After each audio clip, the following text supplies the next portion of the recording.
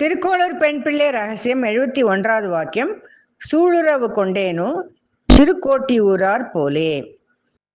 இப்ப இந்த வாக்கியம் ஸ்ரீராமானுஜரோட வாழ்க்கையில நடந்த ஒரு சம்பவம் தான்.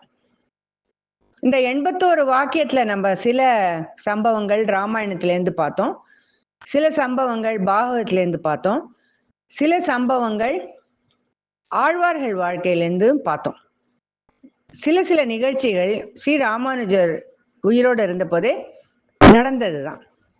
இப்ப திருக்கோளூர் பெண் பிள்ளை ஸ்ரீராமானுஜரை பத்தி என்ன சொல்ல போறா அப்படின்னு பார்க்கலாம். சூளுறவு அப்படின்னாக்க சத்தியம் வாங்கிக்கிறது அப்படின்னு அர்த்தம். இப்ப யார்கிட்ட என்னத்துக்காக சத்தியம் வாங்கிண்டா அப்படிங்கிறத நம்ம இப்ப பார்க்கலாம்.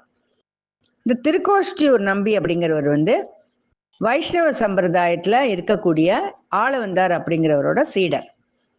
ஆளவந்தார் திருக்கோஷ்டியூர் நம்பியை கூப்பிட்டு, எனக்கு அப்புறம் ஸ்ரீராமானுஜர் தான் பொறுப்பெல்லாம் எடுத்து நடத்த போறார், அதனால முக்கியமா அவருக்கு 8 எழுத்து மந்திர உபதேசத்தை நீ பண்ணணும் அப்படின்னு சொல்றார்.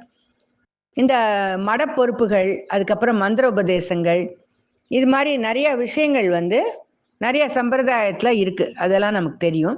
இப்ப இந்த 8 எழுத்து மந்திர உபதேசம் வாங்கறதுக்காக ஸ்ரீராமானுஜர் திருக்கோஷ்டியூர் நம்பிக்கிட்ட 18 தடவை போறார். ஒரு தடவை போன உடனே அந்த மந்திர உபதேசம் கிடைக்கல.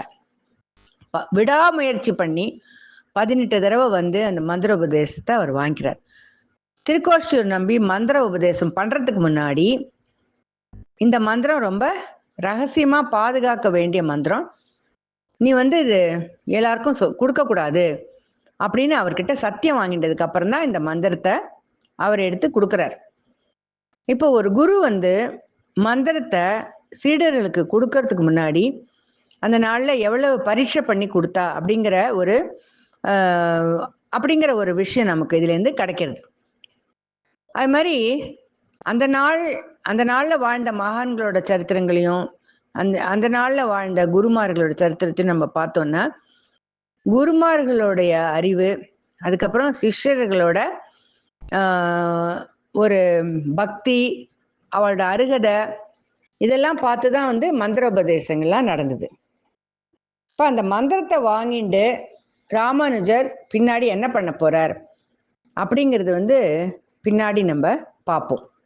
இப்ப திருக்கோளூர் பெண் பிள்ளை என்ன சொல்றா, எனக்கு என்ன அந்த மாதிரி ஒரு மந்திரத்தை பத்தின அறிவோ, இல்ல சத்தியம் வாங்கிட்டு தான் கொடுக்கணும் அப்படிங்கிற அந்த மாதிரி அறிவோ என்கிட்ட எதுவுமே இல்லை, அதனால நான் இந்த திருக்கோளூரை விட்டு அடுத்த ஊருக்கு போறேன் அப்படின்னு சொல்லி இந்த வாக்கியத்தை அவ இங்க முடிவு பண்றான்.